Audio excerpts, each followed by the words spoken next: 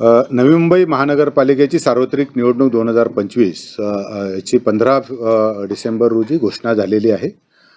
नवी मुंबईमध्ये एकूण मतदारांची संख्या ही 9,48,460 एवढी आहे. त्याच्यामध्ये पुरुष मतदार हे 5,16,267 आणि स्त्री मतदारांची संख्या ही 4,32,040 आणि इतर जे आहेत आपल्याला जो आपण ट्रान्सजेंडर म्हणतो तो 153 एवढी नोंद आपल्याकडे आहे.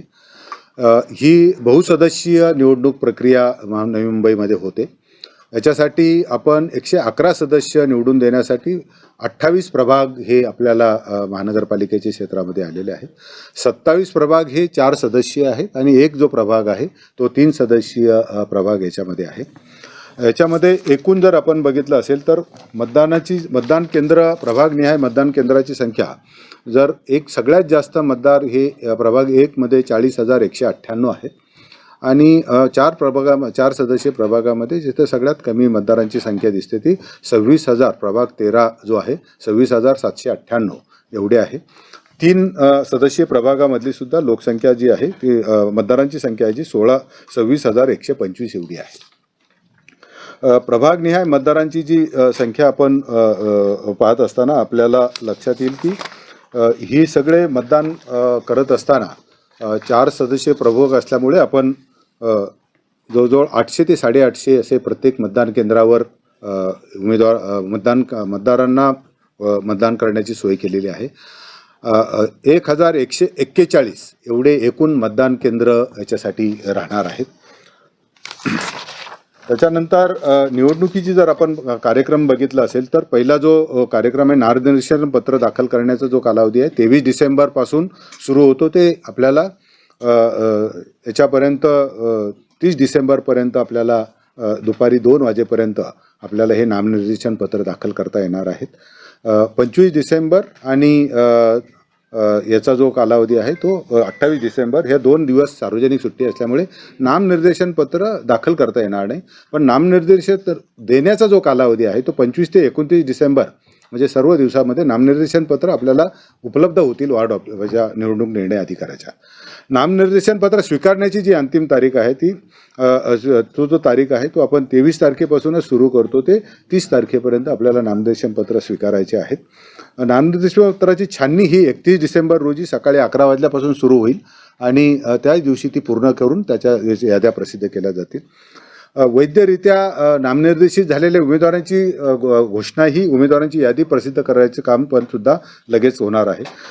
उमेदवारी मागे घेण्याचा जो अंतिम तारीख आहे ती 2 जानेवारी 2026 आहे.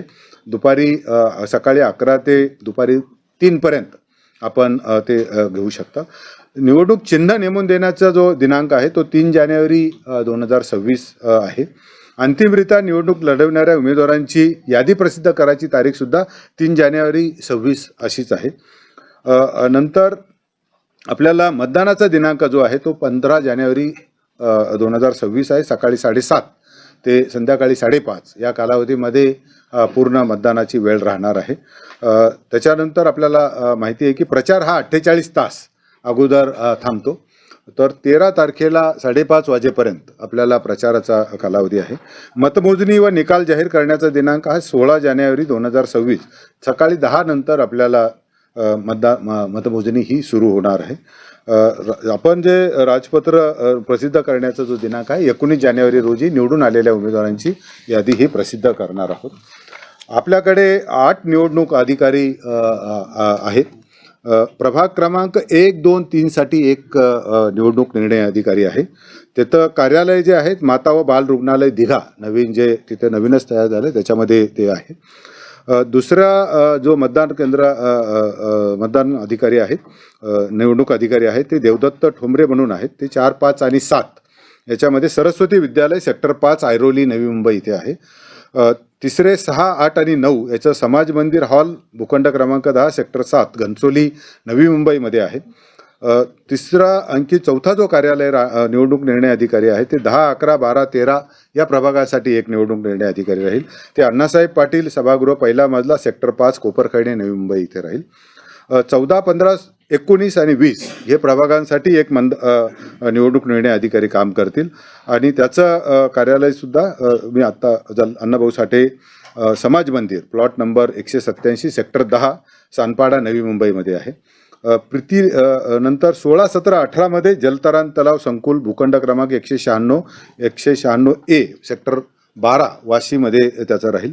21, 22, 23, 24 यांच्यासाठी आगरी कोळी भवन प्लॉट नंबर 12 सेक्टर 24 नवी नेरूळ नवी मुंबईमध्ये राहील आणि 25, 26, 27, 28 साठी ए विभाग कार्यालय बेलापूर भवन सेक्टर 11 CBD बेलापूर इथं हे आपल्याला निवडणूक निर्णय अधिकाऱ्यांची हे राहील. आपल्याकडे दुबार मतदारांची एकूण संख्या 45,588 एवढी आलेली आहे.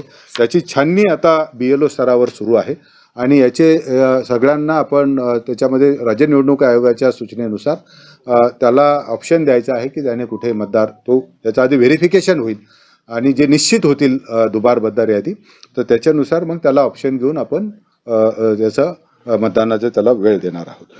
आदर्श आचारसंहितेचा जसं अंमलबजावणी कक्षाचे प्रमुख हे सुनील पवार म्हणून आमचे ॲडिशनल कमिशनर आहे.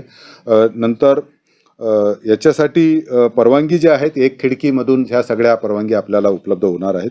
मीडिया सेल आणि MCMCचे जे आहेत ते आमचे कॅफो जे आहेत सत्यवान उबाळे हे करतील. निवडणूक खर्चाची मर्यादा ही 11 लक्ष ही प्रत्येक उमेदवारासाठी दिलेली आहे. विविध पथकं आपण प्रत्येक निवडणूक अधिकाऱ्याकडे 4 VST आणि 4 FST असे पथक एकत्र राहतील. मतदान जनजागृतीचा मोठा कार्यक्रम आपण याच्यामध्ये घेणार आहोत. मतदान कर्मचाऱ्यांची जर संख्या जर बघितली तर जवळजवळ आपल्याला 5 कर्मचारी प्रत्येक एका मतदान केंद्रावर लागतात.